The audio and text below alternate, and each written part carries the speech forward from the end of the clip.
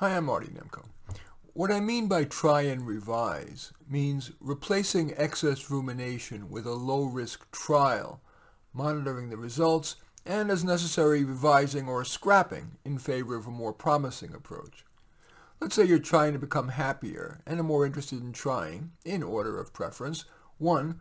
Diverting your attention to something constructive and or pleasant. 2. Exercise. 3. Cognitive emotional therapy. And 4. An antidepressant.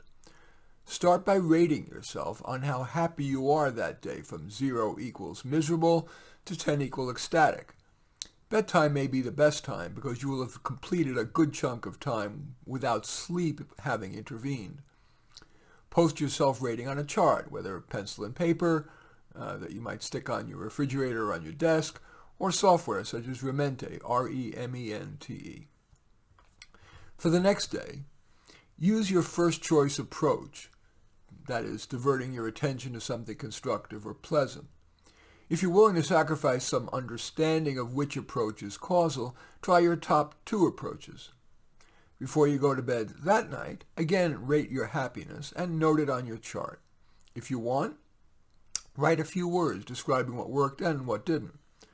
Decide whether in the next day you want to stay with that first tactic, revise it, replace it, or add a tactic. For example, you might decide at least for day 2, you'll replace your main diverting activity and add an exercise that you think you could stay with. For example, a half-hour walk before dinner. The next night, repeat the process, again deciding what intervention to add, subtract, or revise. For example, if that day's experiment suggests that you're unlikely to stay with your chosen exercise, ask yourself, what's more likely sustainable?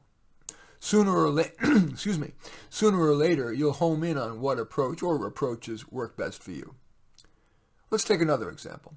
You're trying to procrastinate less and be more efficient at work. Your list of candidate interventions, in order of what you like to try first, might include 1.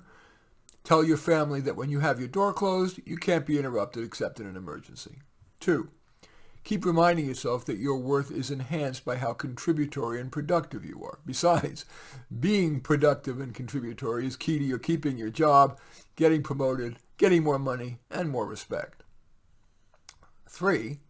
Use tactics like what I call the few-second task to get started. That is, ask yourself, what's my first few-second task? That can be easy to do, and you're starting to get rolling that way.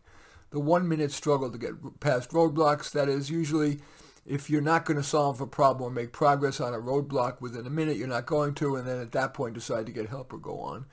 And the Pomodoro technique to get chunks done. That's work for 20 minutes, take a 5-minute break off, 20 minutes on, 5 off.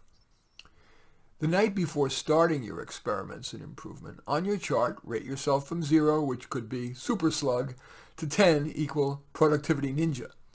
For day 1 of your experiments, focus just on your first choice tactic, and that, in this example, telling your family to honor your request, that door closed means don't disturb. On the second night, if you feel tactic 1 helped, but you need more, add tactic number 2 and maybe number 3.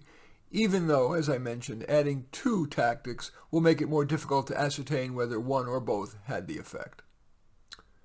Most successful people default to just moderate preparation, trying something, usually something of low risk, and then revising. In short, I call it try and revise.